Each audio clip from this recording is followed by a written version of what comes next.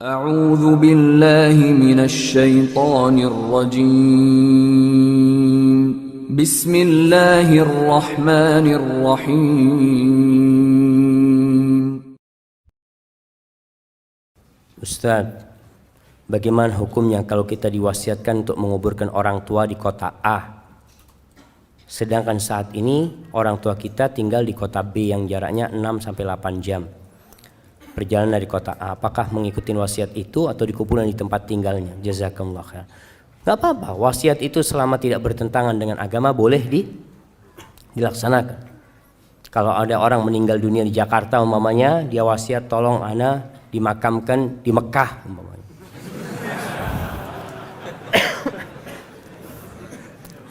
Kalau boleh fadol, artinya orang tua kepingin umpamanya seperti itu. Dia ingin dimakamkan di Mekah, silahkan. Kalau dia berwasiat seperti itu. Tapi kayaknya kalau di Mekah sulit. Tapi kalau dia ana minta dimakamkan di kampung ana, sebagian orang meninggal di negeri kafir umpamanya, meninggal di Australia, dia berpesan tolong kalau ayah mati ayah makamkan di Indonesia. Padahal butuh waktu panjang, nggak apa-apa. Karena kadang-kala orang tua takut di sana itu nggak ada yang mendoakan nanti. Jarang yang mendoakan. Makanya kenapa kalau kita meninggal dunia berusaha untuk dikuburkan di tempat yang banyak orang soleh di sana. Dengan harapan banyak yang mengucapkan salam ke sana. Karena salamnya orang itu bukan hanya buat keluarganya, tapi buat semua yang mati. Assalamualaikum ya ahlad diyar. Jabir bin Abdullah radhiyallahu taala anhu, dia punya ayah itu ketika perang Uhud dimakamkan satu lubang sama orang lain. Hatinya itu nggak enak, jamaah. Dia nggak ingin ayahnya satu kuburan sama orang itu. Akhirnya dipindah sama Jabir bin Abdullah radhiyallahu taala anhu.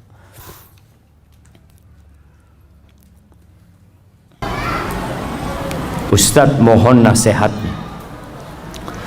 Bagaimana sikap kita dengan sudah bolehnya jam pulang kantor? Dengan sudah bolehnya jam pulang kantor, tetapi belum bisa pulang karena khawatir dengan pimpinan di kantor dianggap tidak loyal. Bahkan di kemudian hari disindir-sindir jika pulang lebih awal sesuai jam kantor. Syukran Ustaz, jazakumullahu khairan. Dan nasihat untuk pemimpin tersebut, Ustaz. Barangkali beliau hadir juga.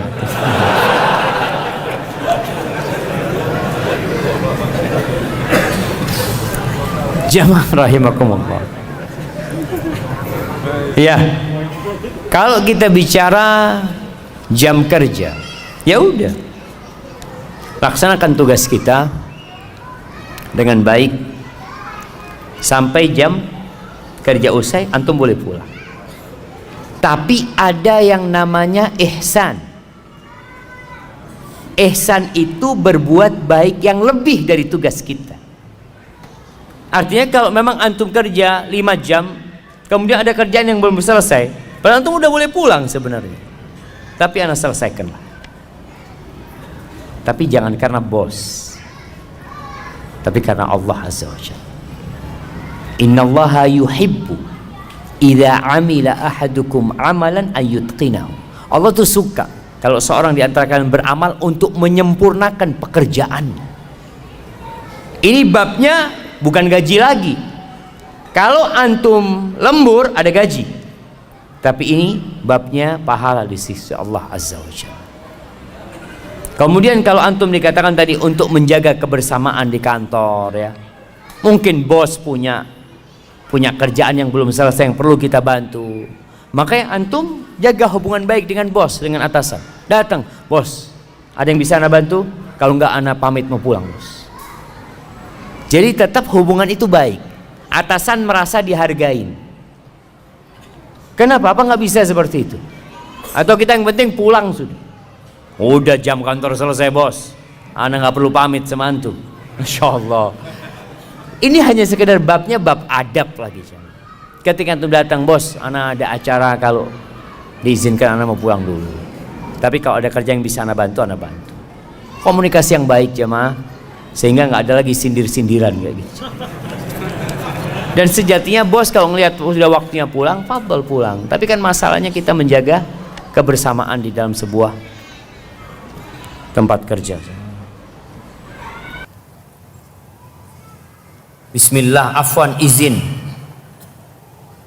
bertanya Ustaz, bolehkah berhutang sebagai modal menikah?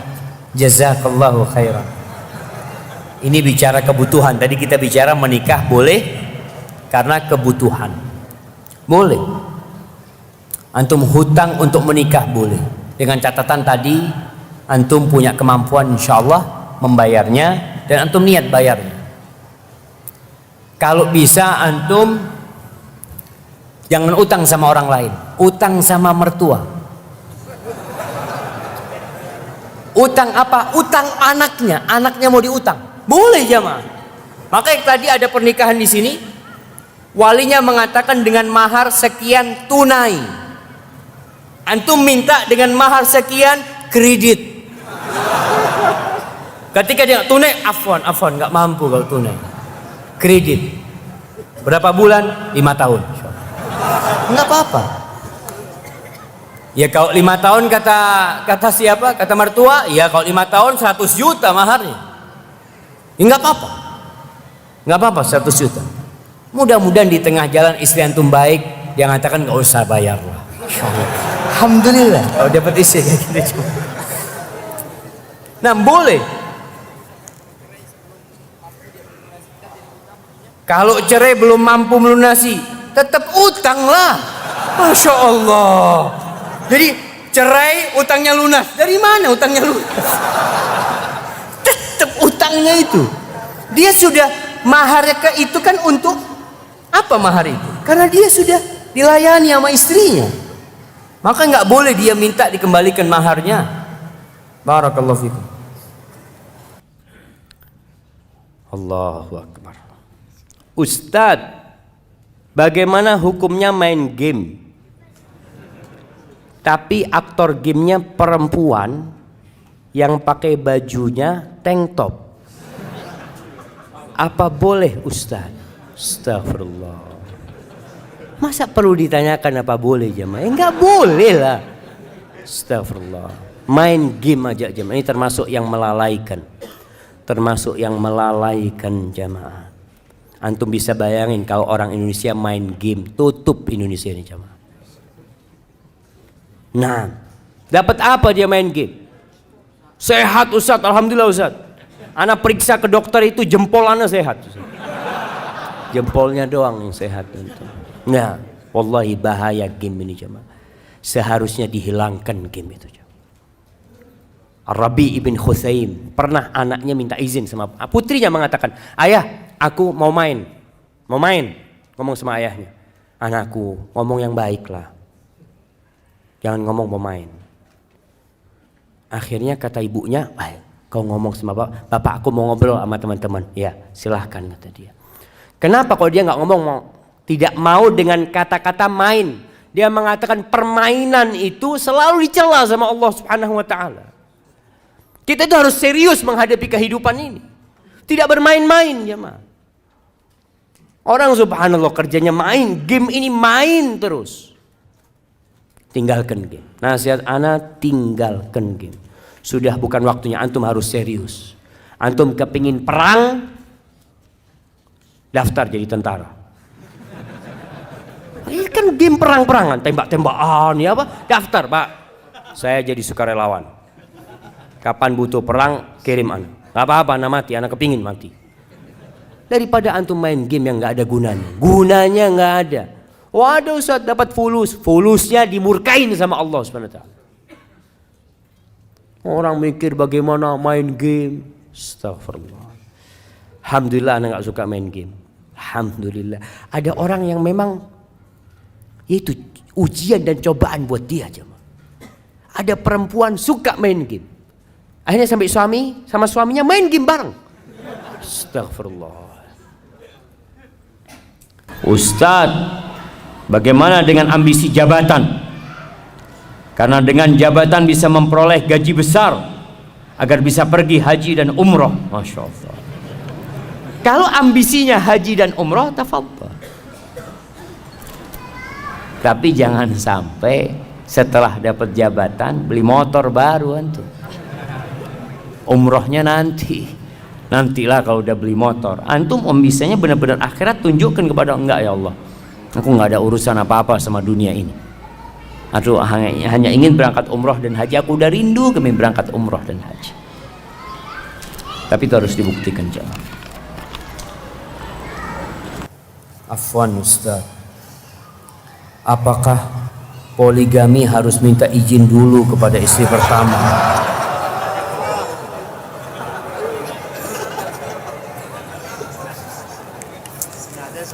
Jamaah, kalau antum nggak siap poligami, jangan poligami.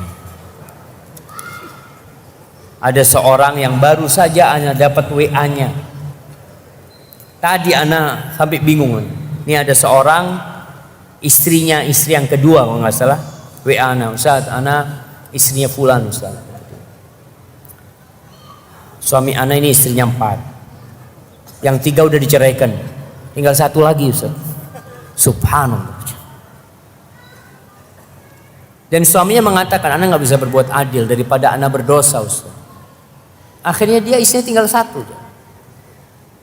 Jadi jangan main-main dengan poligami kalau tidak berani dan tidak mampu berbuat adil.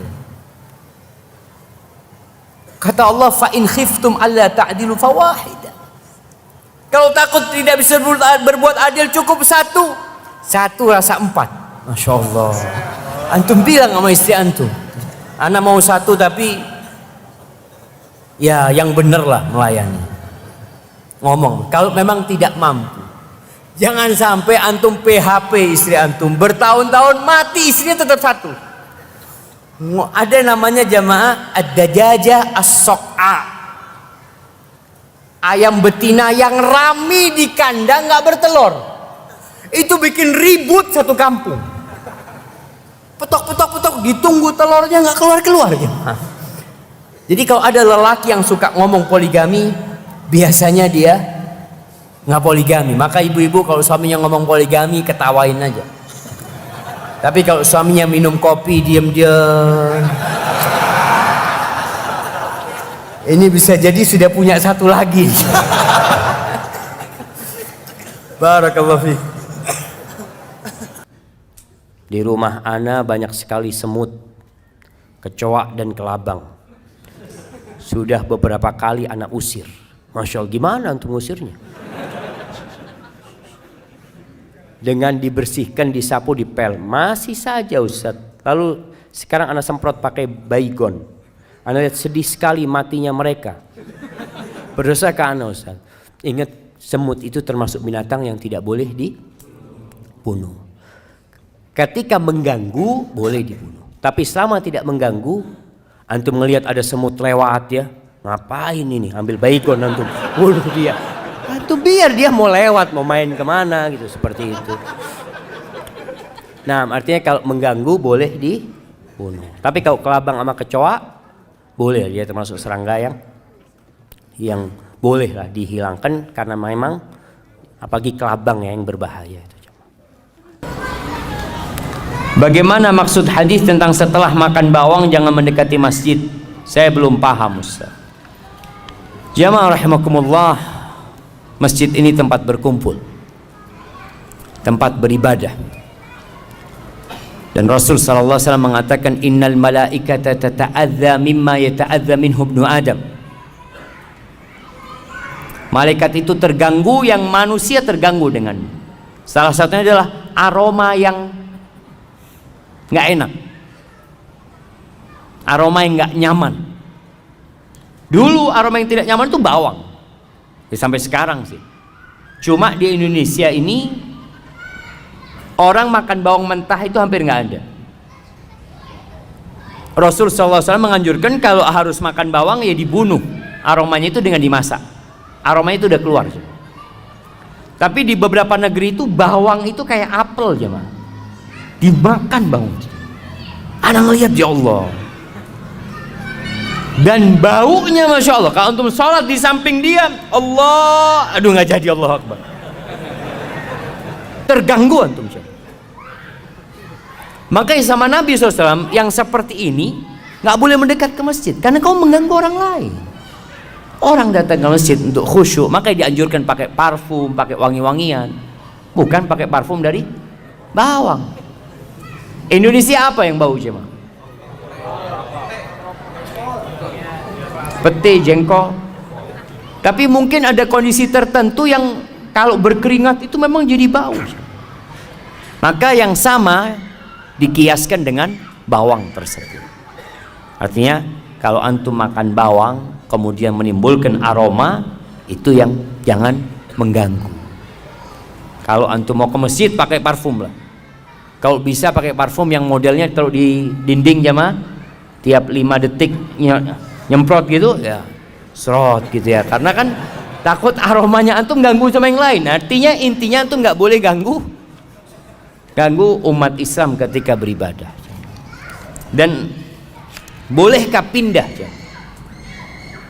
ketika antum sholat di sebelah antum bener-bener aromanya nggak kuat antum, boleh nggak antum pindah?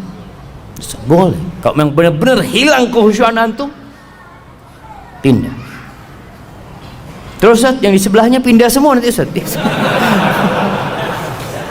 Artinya antum pindah ke belakang umpamanya, yang belakang maju ke depan. Allahu Akbar, ana ditipu sama fulan. Artinya dia harap di soft itu dapat pahala menyambung soft, ternyata dikasih aroma ya. Tapi mungkin yang maju itu aromanya sama, jadi tidak terlalu apa jemaah, nggak terlalu berasa lah. Bagaimanakah hukum hutang yang terlupakan? Kalau yang utang itu pemilik uang nggak masalah. Tapi kalau yang lupa itu antum yang berhutang, kalau benar-benar lupa, yang punya uang ingat, maka yang punya uang harus mengingatkan. Tapi kalau yang punya uang tidak mengingatkan, kita sudah memohon kepada Allah, Rabbana la tu'akhidna in nasina au akhtana. Ya namanya lupa. Ya Allah jangan hukum kami ya Allah. Antum pun kalau meninggalkan sholat lupa nggak dihukum sama Allah. Lupa nggak sholat asar, lupa. Dihukum nggak? Enggak. Tapi kalau ingat suruh sholat. Jadi yang hutang yang terlupakan, kalau yang lupa itu adalah pemilik uang, antum ingat, antum tetap harus bayar. Antum datang kepada dia, Mas saya punya utang sama antum. Aduh, ana lupa kata dia. Padahal antum ingat. Ya, menurut antum gimana? Nggak punya utang? Ana lupa. Ya sudah, kalau antum lupa berarti nggak punya utang. Nggak bisa, antum ingat, antum harus bayar utangnya. Assalamualaikum Ustaz. Apakah jika seorang ketika sudah meninggal di dalam kuburnya sempit dan gelap, masih memungkinkan bisa terang dan lapang berkat doa anaknya yang soleh? Nah, masih memungkinkan. Masih memungkinkan. Artinya seorang yang meninggal dunia memang amalannya putus kecuali 3. Yang pertama, ilmu yang bermanfaat. Nah, idza mata ibnu Adam itu hadisnya, ilmu yang bermanfaat, ilmun yuntafa'u bihi. Maka berusahalah antum punya ilmu yang bermanfaat. Apa contohnya? Ngajar ngaji antum. Artinya antum yang bisa ngaji berangkat ke masjid, saya mau ngajar ngaji, nggak apa-apa sudah. Orang-orang tua mau belajar sama saya mau ngajar ngaji. Atau ilmu umum yang bermanfaat, yang orang itu dapat manfaat dari ilmu tersebut. Silahkan antum ajarkan. Yang kedua, sedekah jariyah. Sedekah jariyah. Sedekah yang terus berlanjut jemaah. Bangun masjid, gali sumur buat orang. Antum menyekolahkan orang, masukkan pesantren, ana biayain. Dia berilmu, belajar dengan uang antum, insya Allah antum dapat pahala ketika dia mengajarkan ilmu tadi, karena antum sudah memberikan biaya kepada mereka. Jadi sedekah jariyah. Yang ketiga, awaladin salihin yad'ulahu. anak soleh yang mendoakan. Sebenarnya kalau bicara doa dari semua orang itu Allah dengarkan. Ketika sholat jenazah, yang doa bukan cuma anaknya, temannya berdoa, pamannya berdoa, istrinya berdoa, orang kampung berdoa. Allah insya Allah kabulkan doanya. Tapi anak soleh ini nggak putus doanya. Kalau kita, ya terus terang Anda sendiri merasakan Anda punya teman baik meninggal dunia. Di awal-awal tiap hari Anda doakan, setelah itu lupa. Antum juga merasakan punya istri meninggal dunia, Masya Allah. Pekan pertama doa terus, Allahumma gfir laha warhamha. Pekan ketiga kawin lagi antum. Selesai, kadangkala lupa. Tapi kalau anak bagaimanapun insya Allah akan berdoa terus, dan itu bisa meringankan azab buat orang tuanya. Ustaz, bagaimana cara mengurangi ngambek kesal pada suami? Saat teringat akhirat dan alam kubur, ana takut jadi istri yang tidak taat. Na'udzubillah. Tapi ana suka kesal dan ngambek bila ada yang kurang berkenan. Bagaimana cara menguranginya? Nabi SAW sudah memberikan tips kepada kita, yaitu melihat kepada kelebihannya, melihat kepada kebaikannya. Kalau anti melihat kepada kekurangannya, semua punya kekurangan. Sebagian wanita mengatakan, aduh anak kepingin menikah sama fulan, fulan baik, menikah sama fulan. Dia tahu ternyata suaminya punya banyak kekurangan. Solusinya anti melihat kepada kebaikan dia. Kekurangan samalah anti punya kekurangan. Suamimu bukan malaikat dan engkau bukan bidadari. Dan lihatlah kepada kekurangan dirimu. Nah, jadi lihatlah kepada kelebihannya, yang lihat kepada kekurangannya. Semoga dengan cara itu kita juga lihat kita juga banyak dosa lah. Semoga itu menghibur diri kita. Ini pertanyaan terakhir. Pertanyaan terakhir jemaah. Ustadz, ana mau bertanya Ustadz. Saat ini ana dan suami alhamdulillah sudah mengenal sunnah. Tapi suami ana kalau dibangunkan sholat subuh susah banget Ustadz. Sampai pernah ana nyerah untuk bangunkan sholat. Apakah harus dengan cara keras Ustaz, agar suami ana tidak susah dibangunkan? Walaupun susah pada akhirnya sih tetap sholat Ustaz, tapi jalannya kalau sudah adzan sudah selesai. Mohon nasihatnya Ustaz agar ana tetap sabar membangunkan suami ana sholat subuh. Syukran Ustaz. Allah Azza wa Jal berfirman, wa'mur ahlaka bis salati wastabir 'alaiha. Perintahkan keluargamu itu untuk sholat dan sabarlah menghadapinya. Ini perintah sejatinya buat suami kepada istri dan anak-anak, karena dia pemimpin, dia yang tanggung jawab. Tapi apakah kalau istri melihat suaminya tidak sholat kemudian dia diamkan? Enggak. Ada bab namanya watawasau bil haq, saling mewasiatkan dalam kebenaran dan kebaikan. Bahkan Rasul SAW menceritakan tentang seorang istri yang membangunkan suaminya untuk sholat malam, yang kalau suaminya nggak mau bangun, dia percikan air. Tinggal sekarang bagaimana membuat suami bangun subuh. Kadangkala suami nggak bisa bangun karena tidurnya terlalu malam. Ada sebabnya. Maka sebabnya inilah yang dihilangkan. Yang kedua, mungkin ada cara yang lebih elegan bangunkan suami. Bikinkan kopi. Bang, cium nih bang. Aduh, ayo bang minum bang. Minum bangun, tidur lagi insya Allah enggak lah. Artinya tetap dengan adab dan etika. Ada seorang ustadz cerita. Ustadz ini cerita di Jogja kejadian. Ada seorang, ya sama nih suami istri. Suaminya susah dibangunin subuh. Istrinya ini jago karate. Suatu hari karena udah jengkel jemaah, digampar suami jemaah. Itu langsung bangun suami jemaah, nggak pernah lagi kalau istrinya bangunin, bang langsung bangun dia. Tapi nggak boleh jemaah, dosa yang seperti itu jemaah. Kita tetap dengan cara yang baik, jangan ditiru gitu loh ya, seperti itu. Baik, ana mohon maaf jamaah, banyak pertanyaan yang tidak bisa dijawab. Mudah-mudahan lah antum bisa tanyakan kepada ustadz yang lainnya. Itu yang bisa ana sampaikan pada kesempatan kali ini. Apabila benar yang anda sampaikan itu dari Allah Azza wa Jal, kalau ada yang salah dan kurang berkenan, itu dari diri anda pribadi. Allah dan Rasul yang terbebaskan dari kesalahan itu. Subhanakallahumma wa bihamdika asyhadu an la ilaha illa anta astaghfiruka wa atubu ilaik. Assalamualaikum warahmatullahi wabarakatuh. أعوذ بالله من الشيطان الرجيم بسم الله الرحمن الرحيم